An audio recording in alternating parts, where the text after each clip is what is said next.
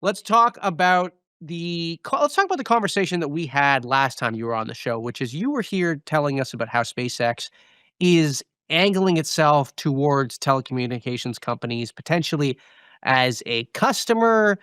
You also talked a little bit about, maybe there was a possibility that they could compete with the telecommunications companies. Tell us a little bit about where that stands right now, and then we'll talk about what you heard at the conference. Yeah, so there's an important distinction, right? Where Starlink has its main business, which is selling internet from space that goes down to a consumer terminal that you like put on your roof or the top of your RV or whatever.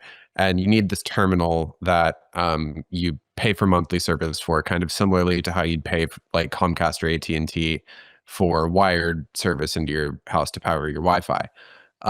That's one business where Starlink is a competitor to AT&T and T and Comcast and those kinds of companies. Like it's a small competitor, but it is a competitor now. What SpaceX is mostly talking about this week at Mobile World Congress is Starlink Mobile, which is it's like direct to cell service. So you don't need a terminal. You just when you're in the middle of nowhere and you want to send a text message, it works with your phone from space. And that's a much smaller business right now. But to grow it, SpaceX needs to do deals with a lot of telecom companies and basically get telecom companies to pay them to then offer Starlink Mobile as a backup service for their own customers. So the telecom execs that you talked to this week at the conference, what was their temperature towards SpaceX for this Starlink mobile offering? I mean, there's a lot of excitement. There's a lot of people that are impressed with the service because it is, by all accounts, pretty reliable and pretty good. And SpaceX talked about some pretty impressive expansion plans. But there's also a lot of wariness about for European companies especially, but for a lot of non-US companies about SpaceX, given like Elon Musk's like political involvement and kind of the US's unpredictable role in the world right now. And there are also just more like consumer oriented questions about how much people actually value the ability to use direct to cell. Like if you talk to like very pro SpaceX people, they'll say that, in the future, nobody will buy a phone or pay for cell phone service unless they know that they'll be able to use it to take a FaceTime call in the middle of the Mojave Desert or like on top of a mountain.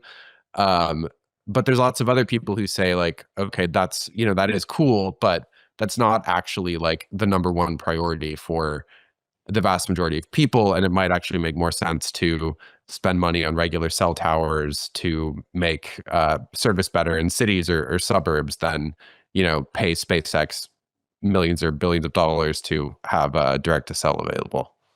Well, tell us about some of those conversations explicitly, though, because I mean, you talked with the CEO of Dutch Telecom, for example. I mean, tell us about the conversation you had with him and other executives and what they told you about dealing with Elon Musk. Yeah. So it's Deutsche Telekom, which is Deutsche the owner. Telekom. They own T-Mobile, but they're also a big European, German and other European countries operator. And I that conversation was very interesting because I talked to their CEO just after they had announced a deal with Starlink Mobile to bring the next generation of Starlink Mobile service to Europe in 2028. And he basically said like we have to work with SpaceX because they have the best service and we want the best service. But he also acknowledged that he kind of acknowledged this deal would probably help Starlink politically in Europe. Like he said, Deutsche Telekom has a lot of power in Europe. We have a reputation, and this is going to help their credibility in the continent. That's me paraphrasing what he said. And sorry, Go go ahead. ahead. Keep going. Keep going. No, I mean, I would just say the other thing that he said is that there'd been some questions about whether a lot of SpaceX's like business partners would invest in their IPO, and he said that they're not going to be doing that, which I thought was interesting. Did you talk to any competitors of SpaceX there? Yeah, there were quite a few. I mean, the ones I was super interested in were these two Chinese companies that are making rival satellite constellations to Starlink. Like, it was really interesting. There was this kind of theater where Gwynne Shotwell, the effective leader of SpaceX, gave a presentation, and right outside the theater there was this big China telecom booth where they were showing off Huawei phones that work with this equivalent service to Starlink. And I thought that was fascinating for several reasons. One of which is China is a huge market for Apple, and they don't have Starlink there. They're not going to have Starlink there. There's no way the Chinese government's going to let SpaceX operate there. And so Apple's going to have to do a deal with one of these satellite providers at some point if they want to have that service there, which I think they would.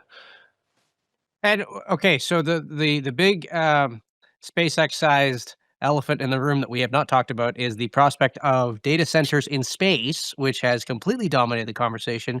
What was the consensus from people on the ground at this event that you talked to about the prospect of that happening in the next couple of years?